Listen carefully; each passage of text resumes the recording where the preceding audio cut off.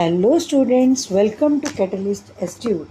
मैं हूं सोनिया और आज हम करने जा रहे हैं class 10th chapter 2 acid basis and salts part 2। हमने पहले अभी तक पढ़ा था कि एसिड्स क्या हैं, बेसिस क्या हैं, इंडिकेटर्स क्या हैं, उनको जो पहचानने में हेल्प कर रहे हैं, उनकी प्रॉपर्टीज़ क्या हैं एसिड बेसिस की। आज हम पढ़ने लगे हैं उससे आगे, जिसमें हम बताएंगे कि एसिड और बेसिस में क्या कॉमन होता है, क्या है जो कॉमन है एसिड एंड बेसिस में। इसमें हम देखते हैं कि एसिड जो होता है उसमें सब में H+ एक कैटायन की फॉर्म में होता है H+, और एनायन की फॉर्म में आते हैं Cl नेगेटिव जो HCl में है। जैसे HNO3 ले लिया तो उसमें NO3 नेगेटिव, H2SO4 ले लिया तो उसमें SO4 नेगेटिव। अगर CH3COH एसिटिक एसिड ले लिया तो उसमें हो गया CH3COO नेगेटिव। मतलब सभी में जो कैटायन हैं वो क्या है H+, और बाकी का जो बचा वो तो सारा था एनायन। अब सारे जो एसिड्स होते हैं अगर उन्हें सॉल्यूशन में डालें तो उनमें हाइड्रोजन आयंस प्रोड्यूस करते हैं। वो हाइड्रोजन आयंस जो कि ओनली सॉल्यूशन फॉर्म में होते हैं और ये एसिडिक प्रॉपर्टीज़ शो करते हैं। क्योंकि H+ जो है वो एसिडिक प्रॉपर्टीज़ दिखाता है। उसमें एसिडिक प्रॉपर्टीज़ का रीज़न क्या है, उनमें प्रेजेंस ऑफ हाइड्रोजन आयंस। और ऐसे ही बेसिस में क्या स्पेशलिटी है, बेसिस में होते हैं OH नेगेटिव आयंस। तो एसिड में क्या है H+ और बेसिस में क्या है OH नेगेटिव। जैसे हम NaOH ले लेते हैं तो OH नेगेटिव क्या है, ये है बेसिस में OH नेगेटिव। Na पॉजिटिव इसमें Na पॉजिटिव क्या था, Na पॉजिटिव आपका आ गया कैटायन और OH नेगेटिव एनायन जो कि बेस है। अब बेसिस में एसिड और बेस अगर हम ले रहे हैं, इसमें एक एक्टिविटी भी की है इसको बताने के लिए। ये आप एक्टिविटी चेक कर सकते हैं कि इसमें हमने एक बीकर लिया, हमने पहले कुछ सॉल्यूशंस लेने हैं। कौन से सॉल्यूशंस ले लें, हम ले रहे हैं glucose, alcohol, hydrochloric acid, sulphuric acid, ऐसे कुछ सॉल्यूशंस ले लो।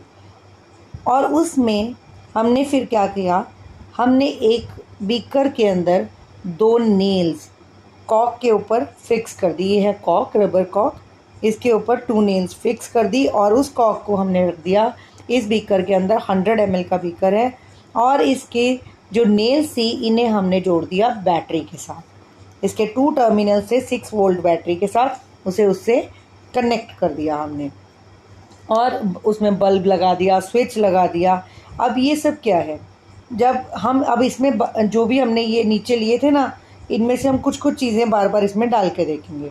जैसे पहले हमने डाला इसमें डाइल्यूट HCl सॉल्यूशन और करंट स्टार्ट किया। फिर हम बाद में जब ये डाल दिया, फिर हम उसके बाद सल्फ्यूरिक एसिड डाल के देखेंगे तो क्या होगा। तो हम चेक करेंगे, HCl डाला, सल्फ्यूरिक एसिड डाला तो बल्ब जो है वो ग्लो करने लग गया। लेकिन अगर ग्लूकोज या अल्कोहल सॉल्यूशंस डालेंगे तो क्या होगा, तो बल्ब ग्लो नहीं करेगा। तो इसका मतलब जो बल्ब ने ग्लो किया वो किया एसिड्स के केस में, और ग्लूकोज अल्कोहल जो होते हैं उनके सॉल्यूशंस ने इलेक्ट्रिसिटी कंडक्ट नहीं की, उनसे इलेक्ट्रिसिटी फ्लो नहीं हुई। क्यों, क्योंकि वो थे बेसिस।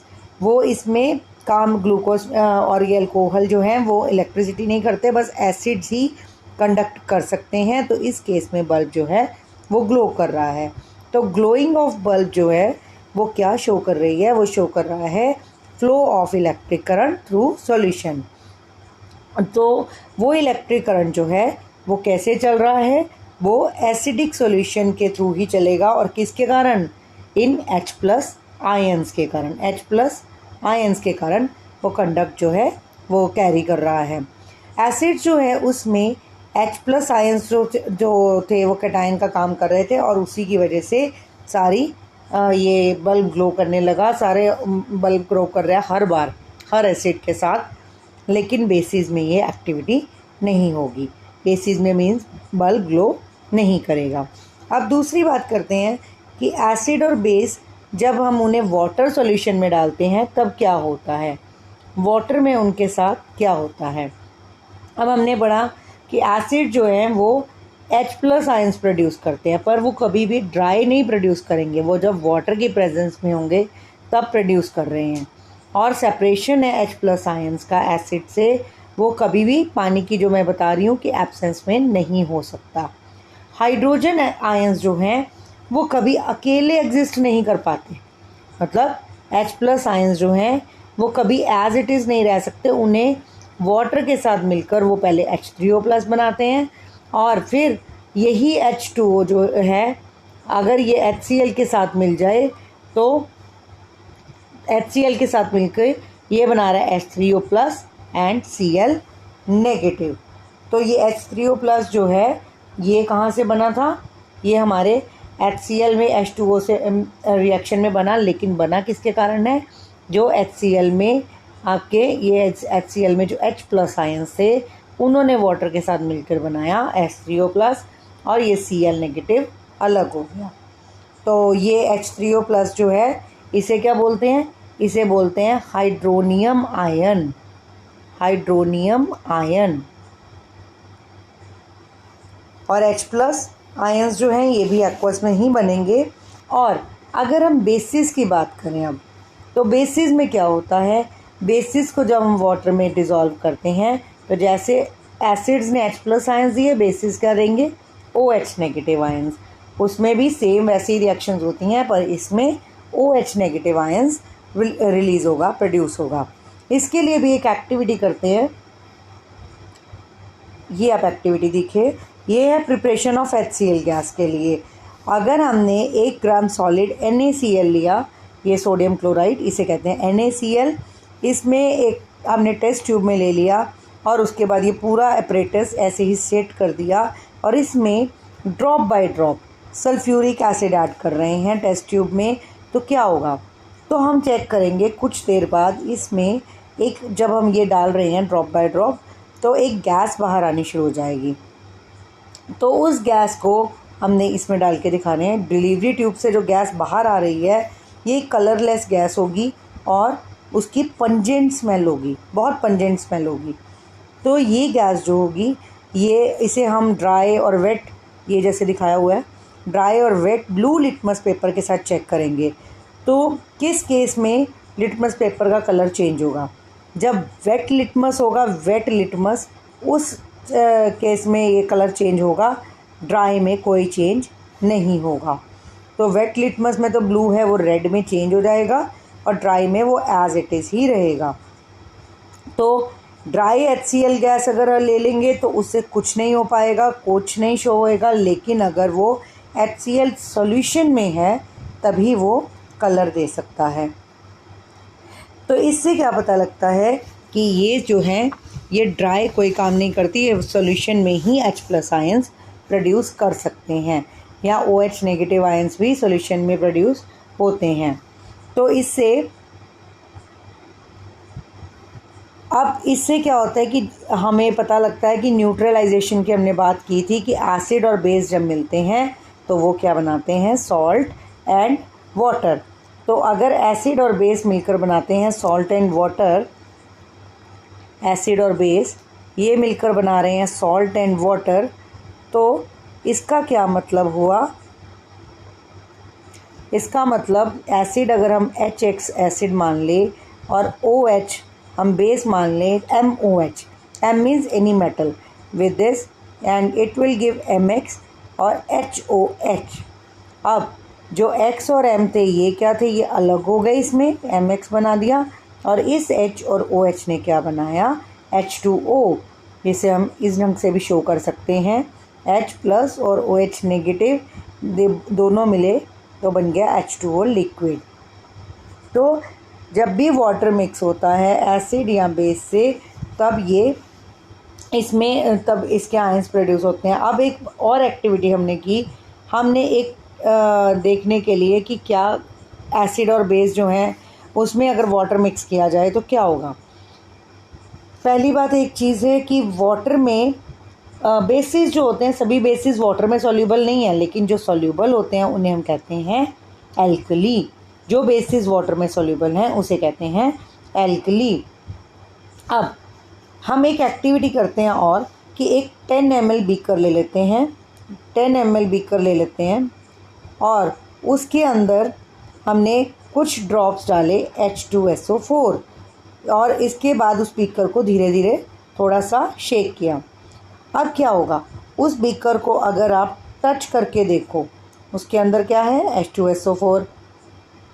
और अगर आपने उस बीकर को शेक किया, पहले उसके अंदर क्या था, पहले से पानी था, पानी के अंदर हमने डाला है H2SO4, तब उसका टेम्परेचर में चेंज होगा और कैसी प्रोसेस होगी वो, एक्सोथर्मिक या एंडोथर्मिक। एक्सो मतलब एग्जिट, मतलब टेम्परेचर का बाहर आना, हीट का इवॉल्व होना एक रिएक्शन में, और अगर हीट यूज़ होती है तो हम कहते हैं एंडोथर्मिक।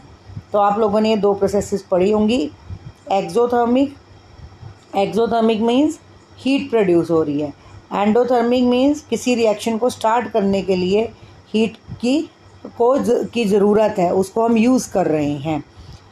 तो अब ये जो है, इस टाइम में जब हमने बीकर के अंदर H2SO4 डाला वाटर के अंदर, अब ये जो प्रोसेस होती है डिज़ोल्विंग इन एसिड और बेस, ये हाईली एक्सोथर्मिक होती है। इसमें बहुत तेज़ी से हीट प्रोड्यूस होती है। तो जब भी आप concentrated nitric acid, sulphuric acid, कुछ भी उसमें पानी में डाल रहे हैं, तो क्या होना चाहिए, हमेशा एसिड जो है उसे ही धीरे धीरे पानी में मिक्स करना चाहिए।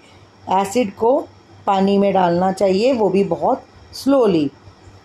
अगर आप वाटर को एसिड में डालोगे, मतलब उल्टा कर देते हो, अगर आपके पास पहले से एसिड है, एसिड को वाटर में डालते हो तब वो ठीक है, लेकिन अगर वाटर को एसिड में डालोगे तो क्या होता है, तो हीट बहुत तेज़ी से जनरेट होगी, उससे मिक्सचर जो है वो स्प्लैश आउट होगा, मतलब बाहर आ जाएगा और बर्न्स कॉज करेगा। तो ग्लास कंटेनर जो है इवन वो भी ब्रेक हो सकता है, वो भी टूट सकता है। क्यों? क्योंकि उसमें एक्सेसिव हीटिंग हो जाएगी।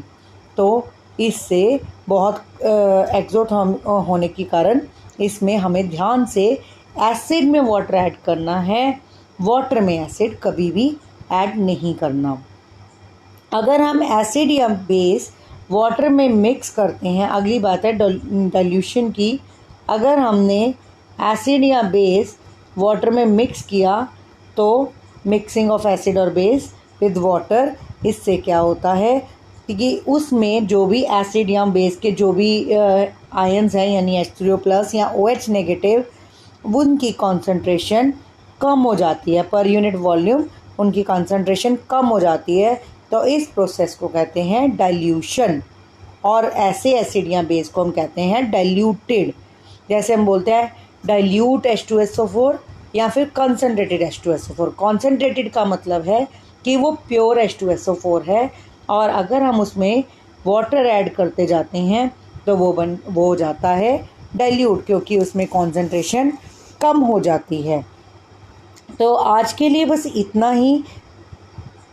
अब बाकी का आगे हम उनकी स्ट्रेंथ के बारे में करेंगे, एसिड और बेसिक सॉल्यूशंस की, पर वो हम करेंगे नेक्स्ट वीडियो में। तो तब तक के लिए थैंक यू। और अगर आपको हमारी वीडियो पसंद आई हो तो इसे लाइक, शेयर एंड कमेंट ज़रूर करना, और हमारे चैनल को सब्सक्राइब भी कीजिएगा, और साथ ही हमारा इंस्टा अकाउंट चेक करना, जिसका लिंक दिया गया है डिस्क्रिप्शन बॉक्स में। तो चलिए मिलते हैं नेक्स्ट वीडियो में। Thank you.